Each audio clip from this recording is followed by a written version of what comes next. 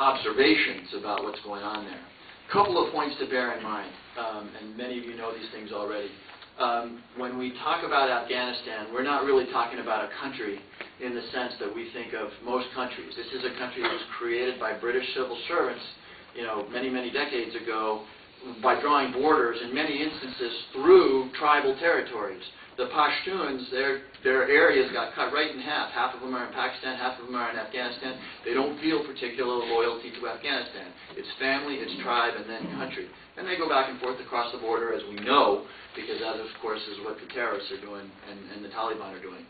A word on the Taliban and the terrorists first. Remember that our original mission was to overthrow the Taliban and to get at al-Qaeda. We overthrew the Taliban. Al-Qaeda is now largely not in Afghanistan. General McChrystal estimates that there's 50, 60, 70 of them, and they're not very operationally effective. They, of course, the bad guys, are in Pakistan, in the Northwest Territories, federally administered sort of tribal areas, where we are actually having very substantial successes against them using a variety of covert methods, drones and the things that you read about in the newspaper. And so when we talk about the enemy in Afghanistan, we're talking primarily not about al-Qaeda, we're talking about the Taliban. And it's important to understand that the Taliban are actually not one group of united people, and McChrystal spells it out pretty well. You've got the hardcore Islamist Taliban, what he calls the irreconcilables. These are guys who are living for the next caliphate and who really are motivated primarily by hurting us. Then you've got the tribes that happen to be on the wrong side of President Karzai. And they get called the Taliban, and they're angry that they're no longer in power. They're angry that they're not aligned with people. They primarily just want power. And then you've got drug runners who, carry guns and are primarily interested in preserving their businesses, as it were, in the countryside of Afghanistan. So you've got a very strange mix of people that fall into this category of Taliban. McChrystal is trying, as he puts it, to hammer the irreconcilables. But to try to negotiate or to get the other guys who have other objectives than our destruction to give up their arms, to join our side, to not do the things that we don't want them to do in the country. I should talk for a second before I open this up about what we are talking about, both financially and in terms of security. In terms of security, I think most of us would agree that a chaotic Afghanistan, one in which there is a reflowering of terrorist infrastructure, is a pretty terrifying thought. However, as we all learned painfully on Christmas Day, it's not where all the action is. Turns out Yemen is a pretty good source of very awful activities aimed at us. And Somalia, and Eritrea, and any number of other places in the world obviously offer that kind of chaos and lack of security that allows a terrorist to do what they want to do to us. We have a whole, as we learned too, we've got an awful lot of work to do, and as a member of the Homeland Security Committee, I was appalled by the failure of intelligence that allowed this guy to try to blow up an airliner in Detroit. These guys have a tough job, the security agencies. But this guy had every red flag imaginable. He practically had a sign-on saying, "I'm a terrorist." Bought a one-way ticket with cash, no luggage. His dad had talked to the CIA. I mean, this was just a huge failure of the security apparatus, and that will be a focus. And I mention that because there are those who advocate put our resources into protecting the borders, protecting our airliners. We're never going to lock down the 10 chaotic places in the world that the bad guys could use. So focus on what we all learned. We need to do a lot of work on. On the cost side, so that's the implication.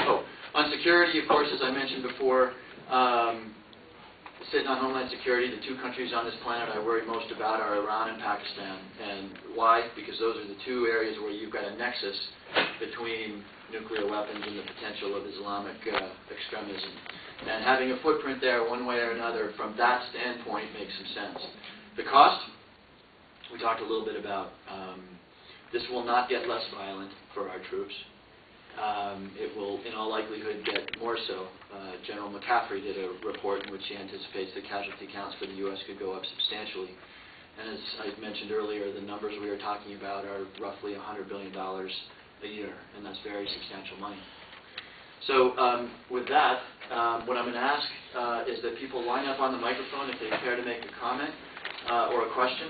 I'm going to try to be brief. Stated that the word extremist was the description, not terrorist.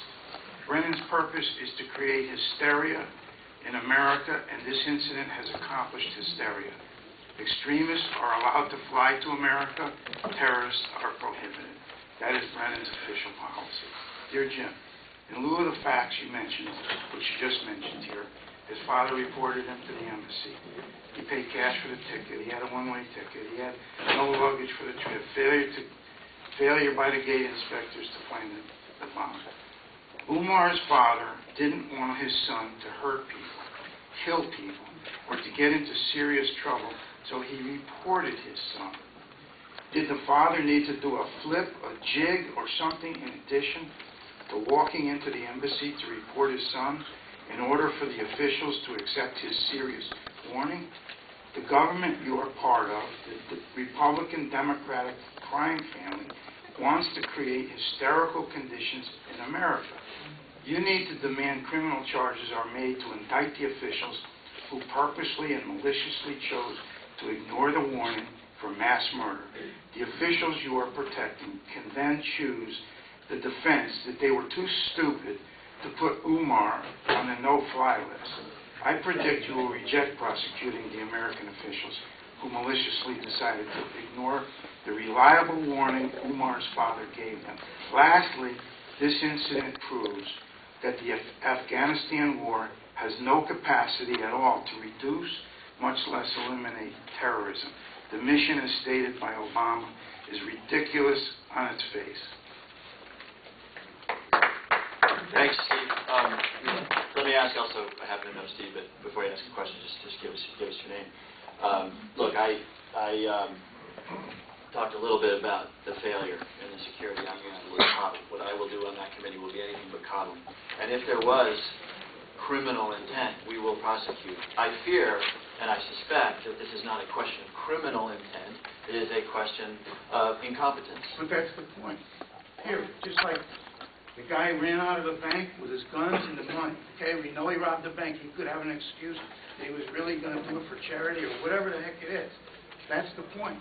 Let them use that for their defense in court on criminal charges. Because this keeps happening. This isn't a one-time deal.